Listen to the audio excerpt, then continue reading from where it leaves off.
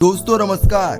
दोस्तों आजकल जब हम शहर की सड़कों पर चलते हैं, किसी चौक पर रुककर लोगों से बात करते हैं या बस में सफर करते हैं, एक बात साफ साफ सुनाई देती है कि लोग अब सिर्फ विकास की बात नहीं करते बल्कि राजनीतिक खेल और सत्ता की चालों में भी उलझे हुए नजर आते हैं। हर कोई जानता है कि जनता का दर्द केवल चुनावी नारे या प्रचार से हल नहीं होता। किसी की रोजमर्रा की समस्याओं को समझना, किसी की तकलीफ को महसूस करना, यही असली राजनीति है। लेकिन सवाल ये है कि क्या ये लोग अब भी सुने जा रहे हैं या फिर उनके दर्द को दबाने की कोशिश की जा रही है। दोस्तों कभी कभी ऐसा लगता है कि लोकतंत्र सिर्फ नाम का रह गया है। जो नेता जनता के बीच जाकर उनके सवाल पूछता है उन्हें विरोधी या देशद्रोही कहा जाने लगता है, और जो सत्ता में है वो शायद भूल बैठा है कि सत्ता का असली मतलब सिर्फ नारे लगाना नहीं होता, जनता की तकलीफें दूर करना होता है। ऐसा ही हाल ही में देखा गया जब उत्तर प्रदेश में बहुजन समाज पार्टी की महारैली आयोजित हुई। काशीराम स्मारक स्थल पर दलित और पिछड़े समाज के प्रतिनिधि इकट्ठा हुए श्रद्धांजलि अर्पित करने और अपनी आवाज उठाने। दोस्तों बहुजन समाज पार्टी के नेता मायावती ने यहां योगी सरकार की जमकर तारीफ की और बताया कि राज्य सरकार ने स्मारकों के रखरखाव का पूरा खर्च किया और जनता द्वारा खरीदे गए टिकट के पैसों को दबाया नहीं। यह एक छोटा सा कदम लगता है, लेकिन इसके पीछे सत्ता और जनता के बीच दूरी साफ दिखती है। लेकिन इसी पर प्रतिक्रिया आई समाजवादी पार्टी प्रमुख अखिलेश यादव की ओर से। उन्होंने बिना नाम लिए तंज किया कि उनकी अंदरूनी साठगांठ है, इसलिए वो जुल्म करने वालों के भी आभारी है।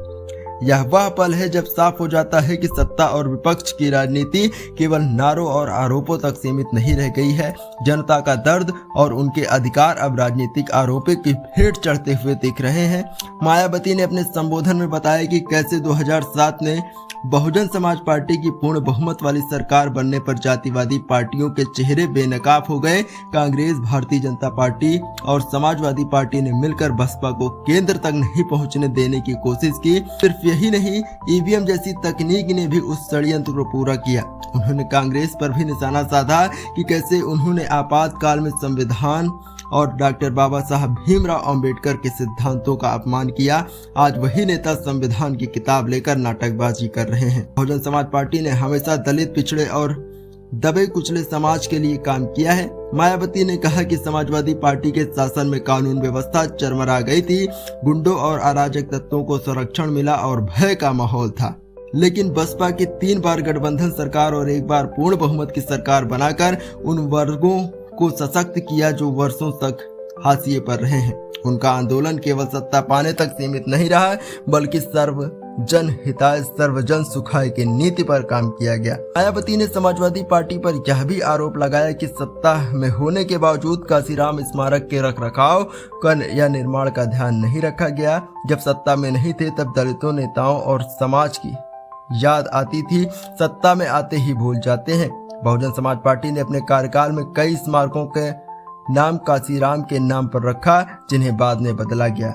लेकिन मायावती ने साफ कहा कि बसपा सिर्फ एक राजनीतिक दल नहीं है, बल्कि एक आंदोलन है जो लगातार समाज के दबे कुचले वर्गों के लिए काम करता आया है।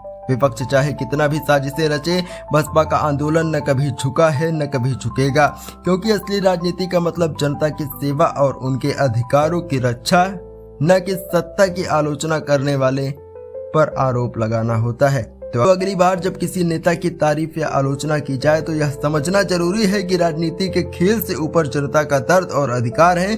बसपा का आंदोलन यही सिखाता है कि दबे वर्गों की आवाज को दबाया नहीं जा सकता, और यही असली लोकतंत्र की ताकत है।